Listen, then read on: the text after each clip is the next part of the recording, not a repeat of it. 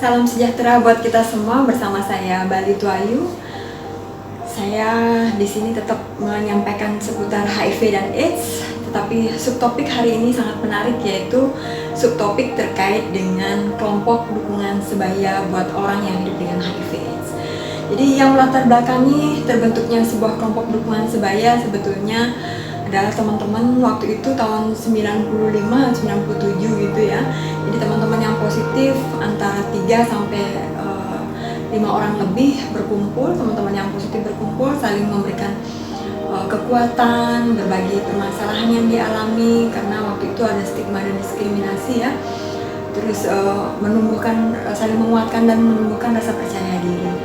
Jadi kelompok dukungan sebaya ini sangat membantu sebagai wadah untuk saling menguatkan saat itu ya. Jadi pada saat terbentuknya kelompok dukungan sebaya, waktu itu kita saling berbagi dan mempunyai mimpi yang sama gitu. Mempunyai mimpi di mana posisi orang HIV adalah sama, sejajar di masyarakat pada umumnya, bahwa kalau misalnya dia cerita bahwa dirinya positif itu bisa diterima, khususnya di tempat layanan kesehatan di masyarakat, khususnya di layanan kesehatan. Misalnya pada saat pergi ke dokter, ke layanan kesehatan, dia akan menyampaikan, "Dok, saya ini positif HIV," dan bisa diterima. Tahun 90-an memang saat itu memang kita masih berpikir apakah ada banyak dokter yang bisa menerima orang-orang yang positif.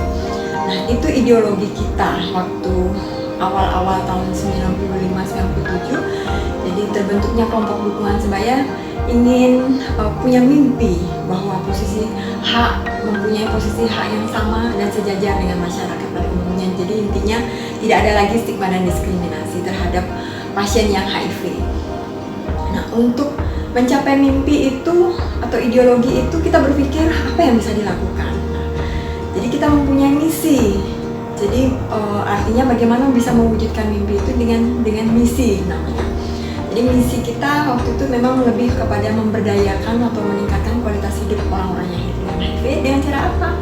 Dengan meningkatkan pengetahuannya melalui pertemuan-pertemuan study club ya waktu itu ya, namanya pertemuan berbagi pengetahuan, informasi bagaimana sih menjadi seorang public speaker, bagaimana sih menjadi seorang pemimpin, bagaimana sih membuat sebuah kelompok organisasi seperti itu, bagaimana sih teknik komunikasi persuasif. Nah, di kelompok dukungan inilah kita bisa saling menguatkan dan membuat sebuah kegiatan-kegiatan kecil untuk bisa mencapai peningkatan kualitas hidup orang yang hidup dengan HIV. Jadi wadah kelompok dukungan sebaya ini sangat membantu orang-orang yang hidup dengan HIV/AIDS bisa punya kualitas yang lebih bagus dan bisa memberdayakan dirinya agar bisa diterima di masyarakat. Poin pentingnya di sini adalah punya mimpi atau punya ideologi supaya posisi orang HIV sama dan sejajar. Itu tidak mudah ya. Kita perlu ada namanya kegiatan namanya advokasi. Advokasi itu apa? Advokasi itu bagaimana merubah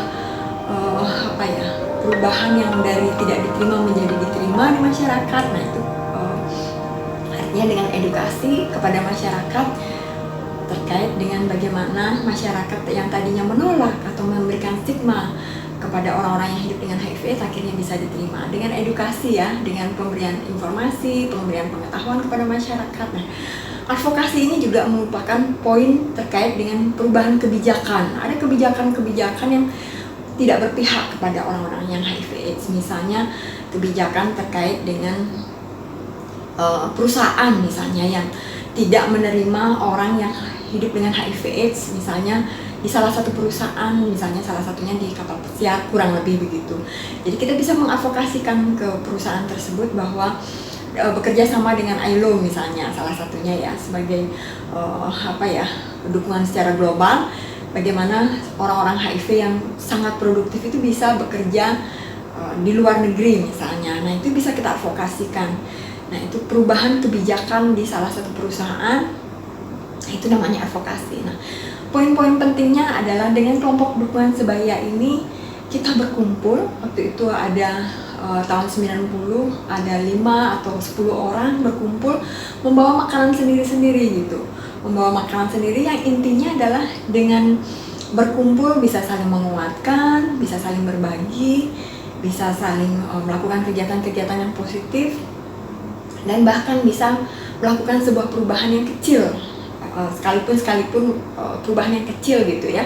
Misalnya kita cari list-list yang kira-kira dokter-dokter yang bisa menerima kita sebagai orang yang positif di mana ya, kira-kira kita ngelis gitu. Waktu itu di Bali kita melis dokter-dokter yang kurang lebih ada 5 dokter spesialis yang bisa menerima orang-orang yang positif. Nah, itu yang bisa kita bagikan ke teman-teman positif.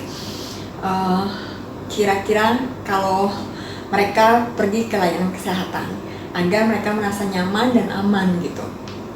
Itu yang gunanya kelompok dukungan sebaya ini. Nah, hal yang paling penting dengan kelompok dukungan sebaya adalah bahwa dia mampu bisa merasa dirinya adalah lebih percaya diri, tidak merasa sendiri, tidak merasa terkucilkan, dan bahkan bisa meningkatkan kualitas dengan cara meningkatkan keterampilan sebagai misalnya keterampilan bagaimana menjadi seorang komunikator, keterampilan misalnya dia skillnya sukanya menjahit atau memasak. Melalui kelompok dukungan sebaya inilah saling menguatkan. Bisa dengan misalnya social entrepreneurs gitu ya, artinya menguatkan dengan keterampilan bagaimana sih berbisnis gitu. Itu kelompok sebaya ini bisa membuat teman-teman sesama positif bisa melakukan keterampilannya, meningkatkan keterampilannya untuk melanjutkan kehidupannya lebih bagus. Kurang lebih seperti itu yang bisa saya bagikan dengan kelompok dukungan sebaya. Kesimpulannya adalah bahwa dengan kelompok dukungan sebaya ini kita bisa saling menguatkan, saling berbagi permasalahan yang dialami, tidak hanya masalah fisik, mental, dan masalah aspek sosial saja, tapi kita bisa mencari solusi di dalam kelompok dukungan sebaya. Kurang lebih seperti itu. Terima kasih. Salam rahayu buat kita semua.